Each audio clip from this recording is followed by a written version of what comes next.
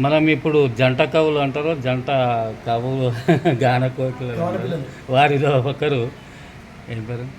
జూలూరు గోపికృష్ణ. జూలూరి గోపీకృష్ణ గారు ఇక్కడ చేశారు మన వాసుగుప్త గారి ఇంట్లో. వారి యొక్క సందేశం, ఎందుకంటే గానం వినిపించాలని కోరుతున్నాము. ఈరోజు మాతృదేవ భవనం ఖచ్చితంగా వినిపించాలి. అలాగే ఓటు హక్కుపై కూడా మీ యొక్క గానం కానీ సందేశం కానీ ఇవ్వాలి. జై శ్రీ వాసవి మాత, జై శ్రీరామ్. శుభోదయం అందరికీ. ఈ ఓటు హక్కు అనేది ప్రతి ఒక్కరు వినియోగించుకోవాలి. ఓటు అనేది ఒక వజ్రం లాంటిది. ప్రతి ఒక్కరూ సరి అయిన నాయకుని ఎన్నుకోవాలి. ఈ ఓటును సద్వినియోగం చేసుకోవాలని నా మనవి. ఇంకొకటి, మాతృదినోత్సవ శుభాకాంక్షలు అందరికీ. పాలలోని కమ్మదనమమ్మ, తేనెలోని తీయదనమమ్మ, చెట్టులోని పచ్చదనమమ్మ, పువ్వులోని మకరందమమ్మ, అమ్మ లేనిది సృష్టి లేదు, సృష్టి లేనిది అమ్మే లేదు. అందుకోసమే ప్రతి ఒక్కరూ తల్లిదండ్రులను గౌరవించాలి, తల్లిదండ్రులతో ప్రేమభావనతో ఉండాలి. వారిని ఎప్పుడు మనం గౌరవించుంటే మనము మన జీవితం ధన్యమవుతుంది.